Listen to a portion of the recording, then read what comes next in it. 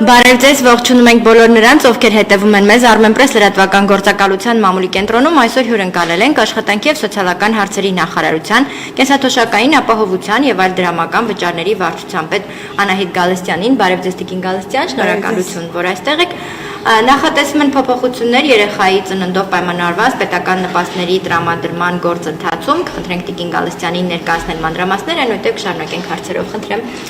Շնորհակալություն, իսկապես նախատեսվում է, որովհետև կառավարությունը հավանության է արժանացրել օրենքիների նախագծեր, որոնք ներկայումս գտնվում են ազգային ժողովում եւ իհարկե ազգային ժողովի ընդունելուց հետո արդեն եւ ավելացվելուց հետո նրանք ուժի մեջ կմտնեն։ Կառավարության կողմից հավանության արժանացած նախագծով մի շարք փոփոխություններ են կատարվել պետական նպաստների մասին օրենքում։ Մասնավորապես թերևս ամենաէականը երրորդ եւ յուրաքանչյուր երեխայի համար տրվող նպաստի կատեգորիան է, որ ներառվեց պետական նպաստների մասին օրենք։ Որպես դրամական աջակցություն նա ներկայումս էլ գործում է 2021 թվականին ընդունված իրավական ակտով 22 թվականի հունվարի 1-ից հետո ծնված երեխաների ծննդյան կապակցությամբ ընտանիքներին տրամադրվում է 50,000 դրամական աջակցություն յուրաքանչյուր ամիս մինչև երեխայի 6 տարին լրանալը։ Պայմանն այն է, որպեսզի 50,000 դրամ ամսական եկամուտները տրամադրվեն, որպեսզի երեխայում նոր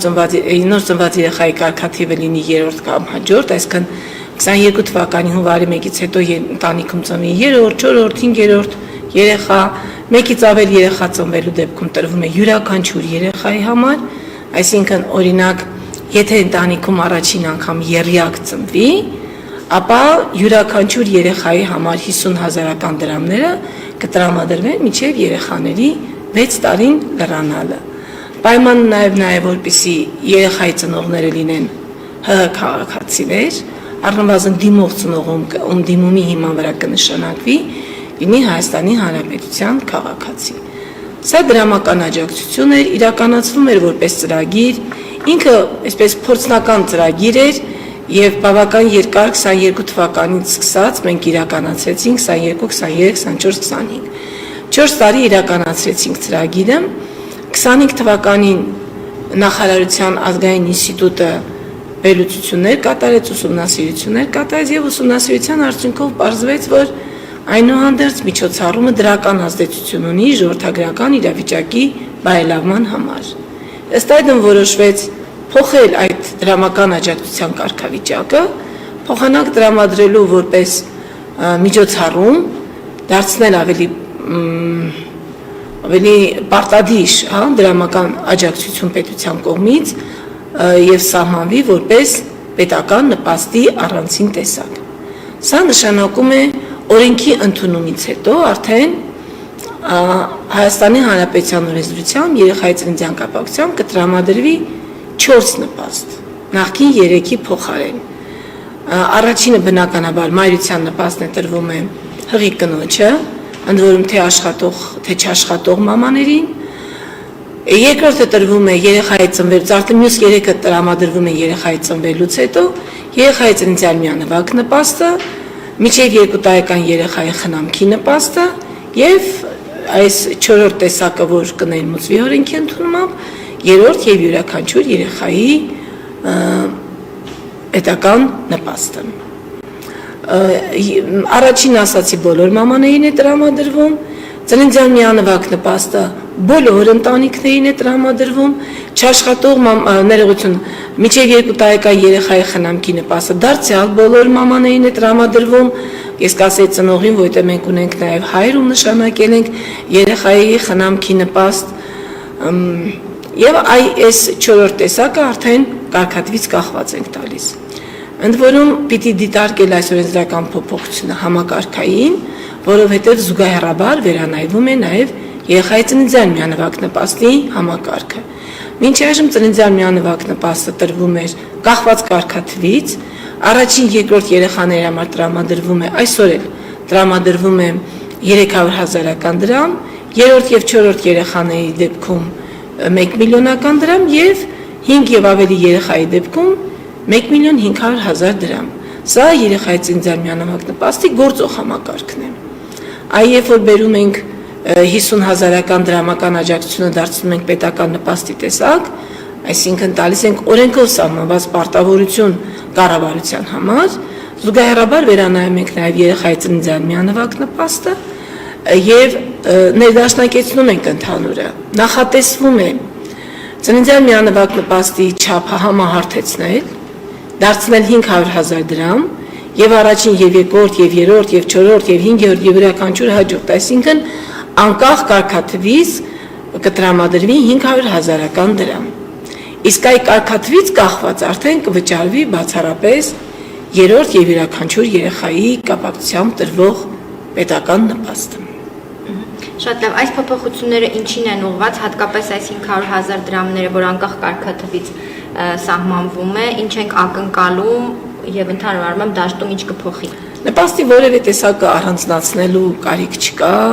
քան տրամաբանական չի, երեխայի ծննդյան կապակցությամբ տրվող պետական նպաստների համակարգը ամբողջությամբ պիտի դիտարկել եւ ինքն ուղղված է ժողովրդագրական իրավիճակին բարելավմանը, որպեսզի նպաստի իրավիճակի բարելավմանը։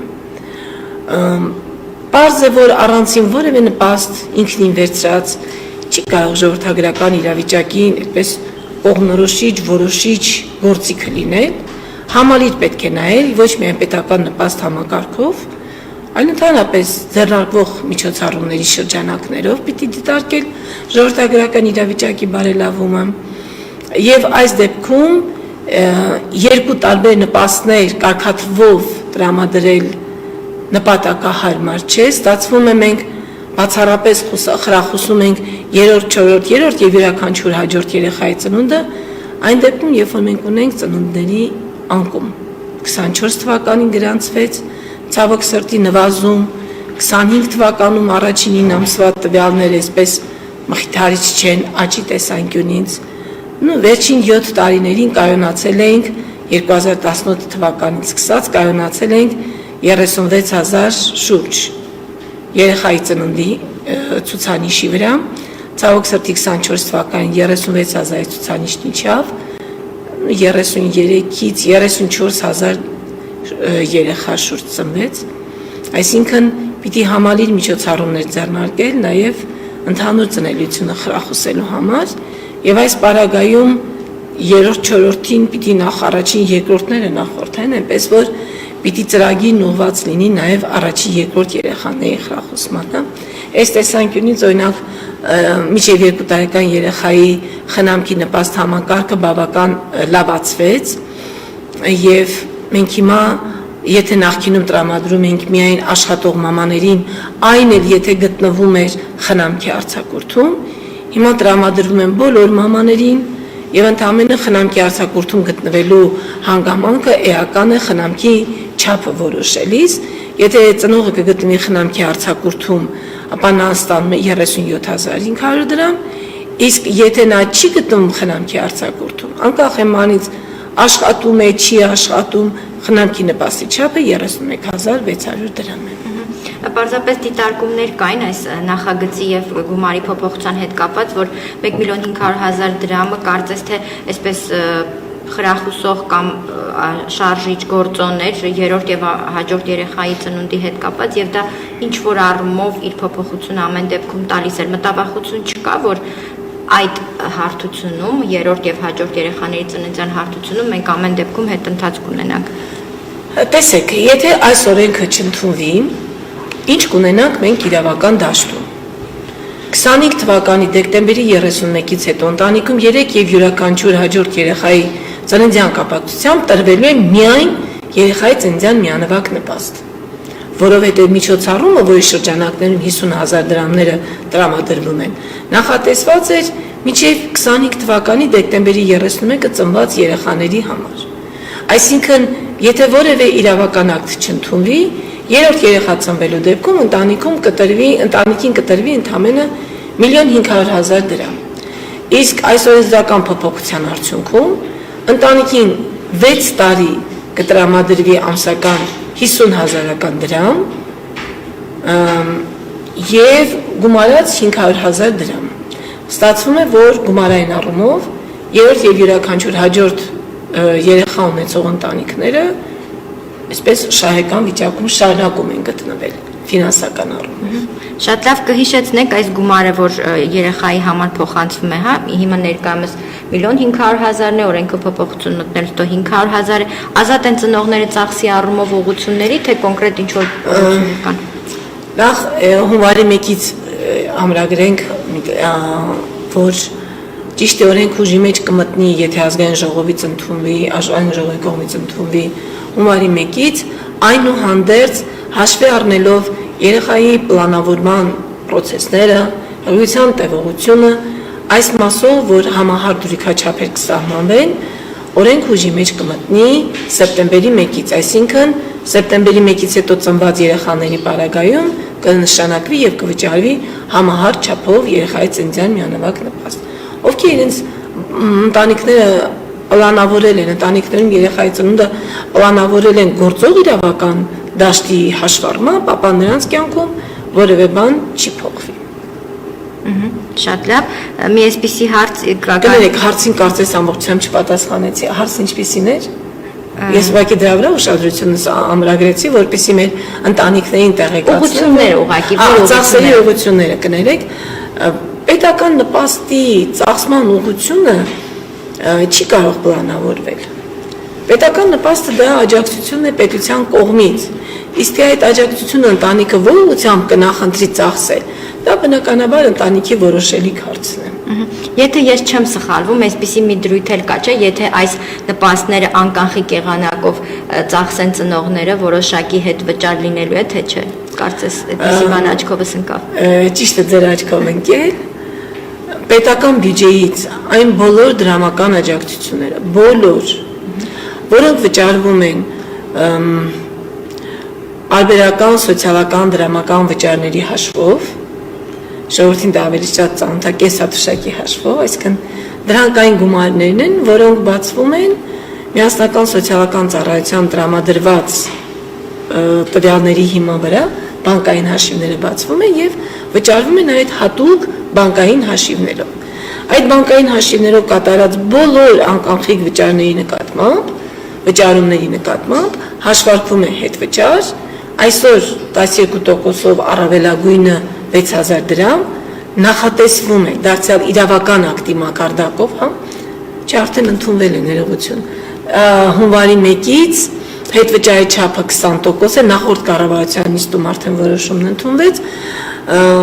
հետվճարի դրույքաչափը կկազմի 20%, առավելագույն չափը 10000 դրամ։ Այսինքն տվյալ դեպքում, եթե մեր ընտանիքը որոշի, որ 50000 դրամը բացառապես անկանխիկ եղանակով է ծախսելու, ապա նրա վրա կհաշվարկվի 20% հետվճար եւ գործնականում ընտանիքին տրվող աջակցության չափը կկազմի 60000 դրամ։ Ընդ որում հետվճարն ամբողջությամբ վճարվում է պետական բյուջեի միջոցների հաշվով։ Այսինքն այդ 20% միայն կենսաթոշակառուներին չի վերաբերում։ Ցանկացած դրամական վճարում, որ որպես աջակցություն տրամադրվում է պետական բյուջեից եւ վճարվում է սոցիալական, բարբերական սոցիալական վճարների հաշվով, իսկ դա հատուկ բանկային հաշիվ է, ապա այդ դեպքում հետվճար համակարգը աշխատում է։ Շատ լավ, որ թեման ուսումնասիրում էի, քաղաքացիներից այսպիսի հարցեր կան, միգուտ եթե չեք անդրադարձել, խնդրեմ անդրադառնաք, քանի որ որոշումը ուժի մեջ է մտնելու սեպտեմբերի 1-ից, հետաքրքիր է հունվարի 1-ից մինչև սեպտեմբերը ծնված երեխաների պարագայում ինչ է սպասվում երրորդ եւ հաջորդ երեխաների։ Ես արդեն պատասխանեցի, որ այս դեպքում ընդվեմ շտապեցի պատասխանը, որ այդ շփոթմունքը քաղաքացիների մոտ չառաջանա, քանի որ մենք այս օրենսդրական փոփոխության մասին խոսում ենք դեռևս հոկտեմբեր ամսից, որ նախատեսում ենք այսպիսի միջոցառում իրականացնել, այն բալիկները, որոնց ծնունդը նախատեսվում է հոկտեմբերից մինչև սեպտեմբեր 26 թվականի սեպտեմբերի 1-ն ընկած ժամանակահատվածում, այսինքն երեխայի ծնունդը ընտանիքը պլանավորելիս հաշվի առնել այդ պահին գործող իրավական կարգավորումները, դրանք կմնան անփոփոխ եւ մինչեւ սեպտեմբերի 1-ը ծնված երեխաների ծննդյան կապակցությամբ կգործեն տարբերակված դրույքաչափերը, երեխայի ծննդյան միանավակ նպաստի տարբերակված դրույքաչափերը։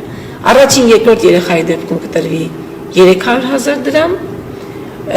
երրորդ չորրորդի դեպքում 1 միլիոն դրամ եւ 5 եւ յուրաքանչյուրի դեպքում 1.5 միլիոն դրամ։ Եղավ, շատ շնորհակալ եմ հանգամանալից ներկայացնելու համար, խնդրեմ հարցը։